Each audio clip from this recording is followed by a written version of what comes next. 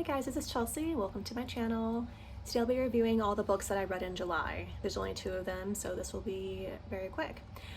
So the first book I read was called How to Solve Your Own Murder. This is by Kristen Perrin, and I have a family book club, so my sister chose this book for us to read this month. And it's described as a murder mystery, and it definitely is a murder mystery, but it compared it to Knives Out, and I don't feel like it was like that at all, except for the fact that they had the same sort of genre. But it's basically about this woman named Frances. She had this fortune foretold for her when she was 16, telling her how she was going to come to her demise. And so when she is 60 years old, she is murdered, and her great niece, Annie, comes into England to figure out who killed her, why they killed her, you know the deal. Now, this is set in England, so I think Kristen did a good job of painting this sort of English countryside. I feel like the atmosphere was very well laid out, and the first 2/3 of the book were really well written. I feel like the mystery unfolded pretty well, and I was intrigued. The chapters are pretty short, so it's a very quick read. It's very easy to get through. However, the last third of the book was just kind of when it went off the rails for me. When we revealed who the killer was, I feel like that it didn't really make sense. There were absolutely no clues throughout the entire novel as to who the person was going to be, and the ending just felt kind of lazy to me. It felt like she just had the deadline and kind of wrote this in and then published it.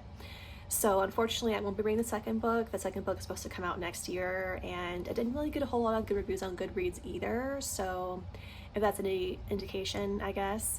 But I did like how there was 2 timelines, so it went back to Aunt Frances's past when she was a teenager, the friends that she had around her, and I really liked that part of it. I feel like that was really intriguing, but when we got back to the present day timeline, I just kind of lost interest, and it's unfortunate because that's like half the book, you know, so I was kind of checked out for most of it. I do feel like she's a good writer, like I said, and I did like how she unfolded everything, but I just feel like the ending was not at all like what was necessary, and I just don't feel like it was very well thought out. The last book I'm going to talk about is The Coldest Winter Ever. This is by Sister Souljah.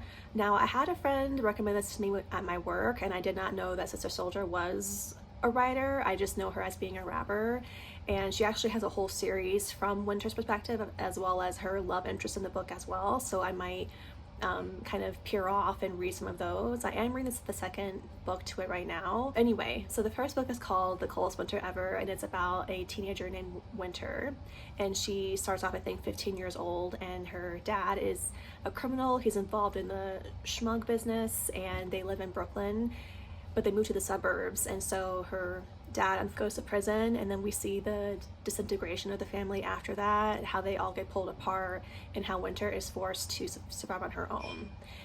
Now, she is such a good writer. I feel like every page I was like well into it, and like usually when I read books, I feel like it takes me a while to get into it, but from the first page and whenever I picked it up again, I was right back into the story. She's a very visual writer, but she's visual in a way where she describes the characters really well. I feel like the books are very character driven, and I feel like I'm really immersed in each perspective's world, and especially Winter. I feel like she is so funny. Like, I was laughing out loud, cracking up at this book, and just how she takes no BS, and I haven't really laughed this loud or this frequently since Forrest Gump, which is another really good book you should read. But yeah, I just feel like she's very well solidified in her personality, even at a very young age. She knows what she wants, and she really knows how to express herself, but she has a lot of trouble with her internal world and her emotions and how that can come to the surface, and she very much pushes that down because she